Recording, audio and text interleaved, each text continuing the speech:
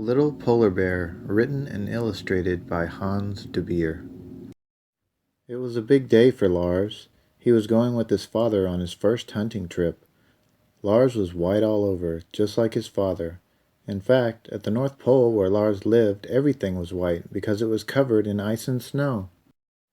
Lars's father showed him how to do all kinds of things. Follow tracks, swim, and dive.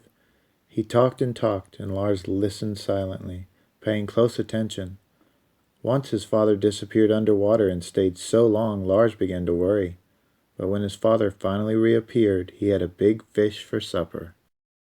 When it was time to go to sleep, Lars's father said, "Make a big pile of snow to protect yourself from the wind, like I do."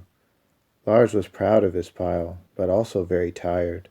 He quickly fell asleep, just like his father. But during the night, the ice began to crack. The piece where Lars was lying broke off. When Lars woke up, it was morning. He was all alone in the middle of the sea. It was getting warmer and warmer, and the piece of ice and Lars's pile of snow were getting smaller and smaller. When the ice was almost completely melted, Lars saw a big barrel drifting by. Luckily, Lars was able to reach the barrel and climb on top of it. Then a storm began to rage. As Lars clung to his bobbling barrel, he missed his father and his pile of snow more and more. After the storm, Lars drifted on the sea for a long time. At last he saw land but could not see any snow or ice. Almost everything was green and the sun was very warm. Lars carefully slid off the barrel and stepped onto the beach. The beach was hot and yellow. It burned Lars's paws. He ran to a river nearby, but just as he was about to plunge in, a very big tan animal sprung out of the water. "Boo!" it said. Lars quickly ran to hide.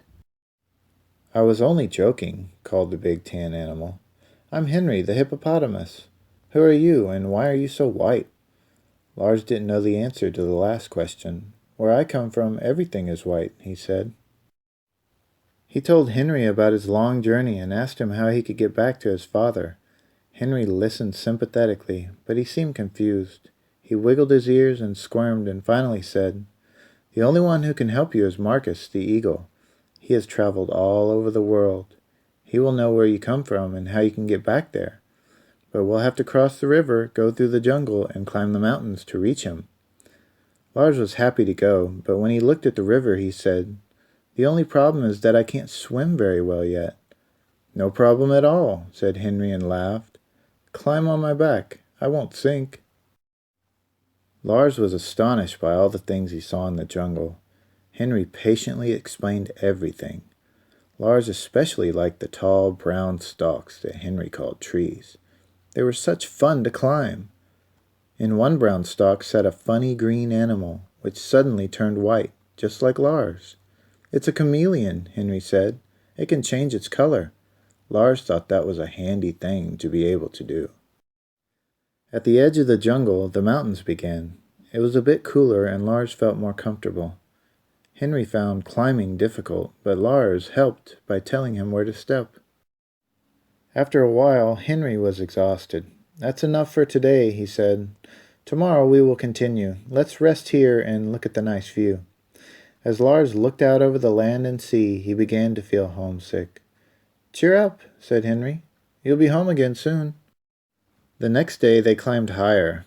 Henry had to stop often to catch his breath, but at last he called, "Here comes Marcus!" As a huge bird swooped down near Lars, Lars ducked. "Don't be afraid," said Henry.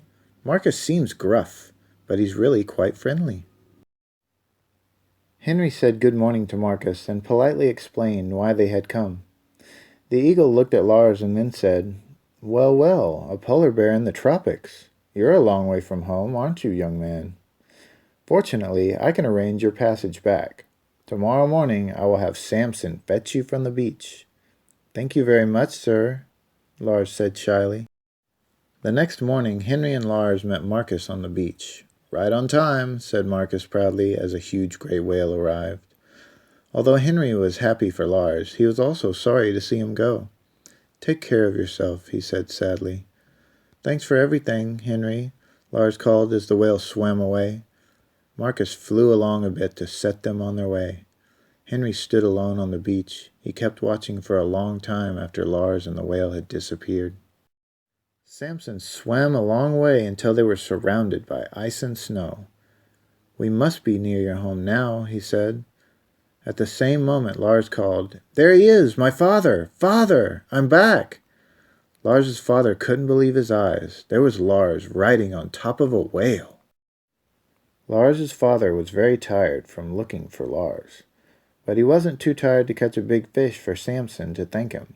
Samson waved as he swam away. "And now," said Lars' father, "we must go straight home because your mother is very worried." On the way home, Lars rode on his father's back.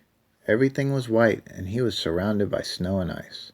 But this time, Lars talked and talked while his father was silent. He told his father about all the amazing things he had seen.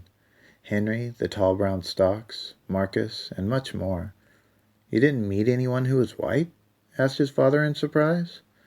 "Nobody except the chameleon," said Lars, "but that doesn't count."